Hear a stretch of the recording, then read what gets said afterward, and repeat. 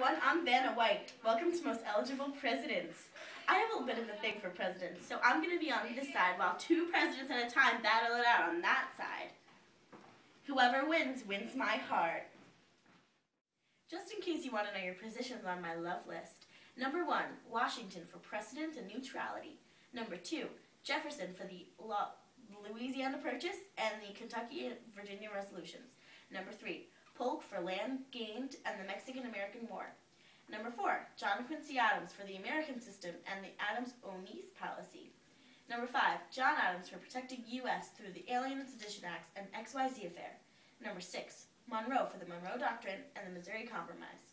Number 7, Madison for the War of 1812. Number 8, Van Buren for, nothing. 9, Tyler for screwing us up. And 10, Jackson for the Trail of Tears and getting rid of the National Bank. Great job. First up, we have James Madison versus Martin Van Buren.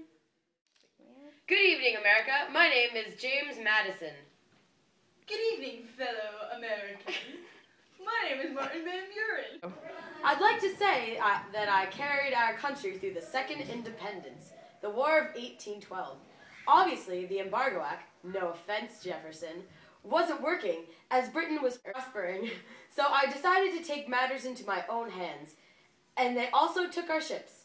I don't care if it was to protect against Napoleon. Our ships are our ships. You didn't even pay attention to the sectionalism happening in the Northeast. The Hartford Convention? The Northeast threatened to break away from the Union altogether.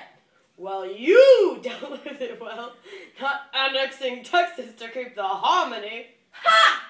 Your wife did everything for you. At least I had genitals. That may be so, but I accomplished a great deal. You tried reducing tariffs and increasing free trade, but the result was the Panic of 1837. So suck it. There's not much to suck. Whatever, I still win. Ha ha ha ha ha. Next up, we have James Monroe versus John Adams. Yo, America. My name is John Adams. Yo, this is your boy James Monroe in the house. I'm gonna start off by saying that I was the president. I helped set even more of the foundations of our government by appointing the midnight judges, my boys. But the judicial review wasn't even due to your actions. Whatever, it still happened. I also passed the Alien and Sedition Acts to further protect our country, and if that wasn't enough, I also protected us from French bribery. Could you forget the XYZ affair? Do you think the quasi-war with France was just a little bit of an overreaction? I, on the other hand, paid more attention to us instead of snatching up the first opportunity to start diplomatic conflict. I obtained land to the 49th parallel. You know what I'm saying? But how do you deal with foreign nations? They be all up in it. Chill. I, like George Washington, maintained somewhat neutral. Through the Monroe Doctrine, it basically said foreigners, like Russia, would stay out if we stay out. Neutrality everywhere, man. Yes! Yeah! I think I win! Next, we have John Tyler versus Andrew Jackson. Hello, I'm William Harrison. Hello, I'm Andrew Jackson. I'd like to start out by saying that I'm a bold, courageous war hero, descended from a humble family. It's kind of a cold in here. Ew. I'll take his place. John Tyler to the rescue. I'm great. I helped out Massachusetts with their constitution. I even suggested the annexation of Texas. Yippee-ki-yay! But shouldn't we focus more on the whole nation? I mean, I implemented the spoils system, which replaced corruption in the government every 4 years. I also made more room for us by negotiating with the Indians to move to an area somewhere out west.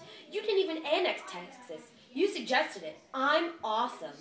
You call it the Trail of Tears negotiating? Do you know how many people died on that journey? And focused on the nation as a whole? What? You got rid of the National Bank and you put the tariff of abominations. It's called abominations for a reason.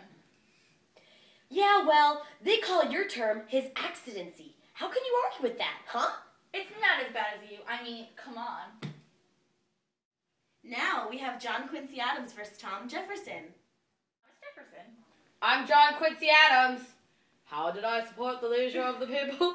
I'll tell you how. My primary goal as president was to protect the domestic manufacturing. It was evident that this entailed the transportation of goods and the commute of people to work. To do this, I improved many roads in the country. Through the American system, I wanted to make the commute easy as possible.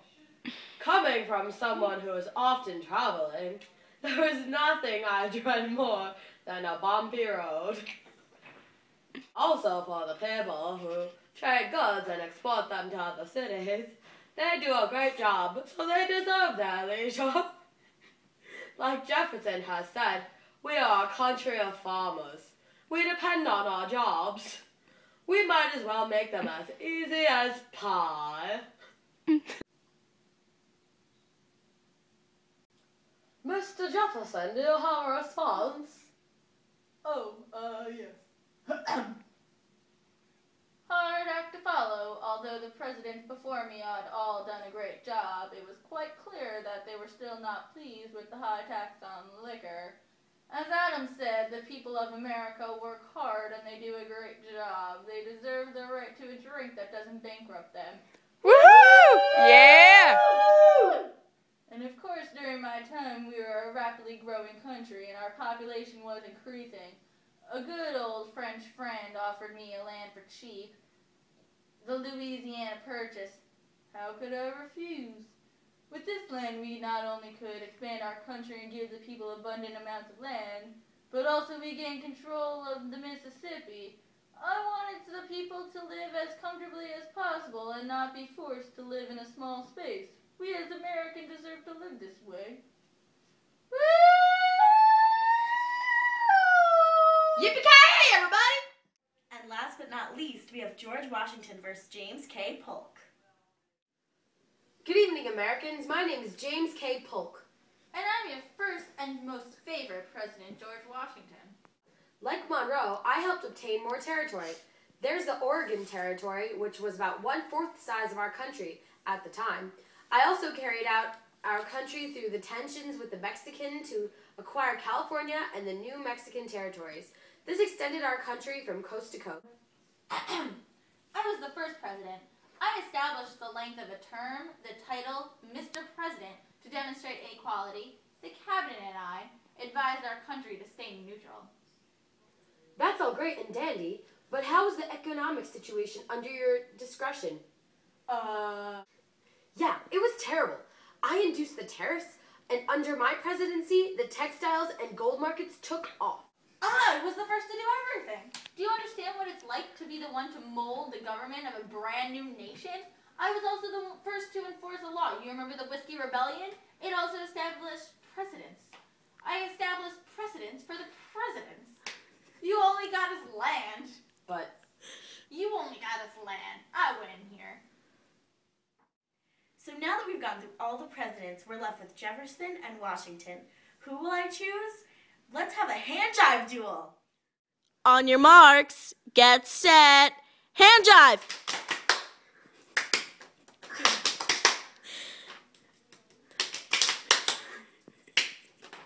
And the winner is Washington! Woo! Washington, my hero!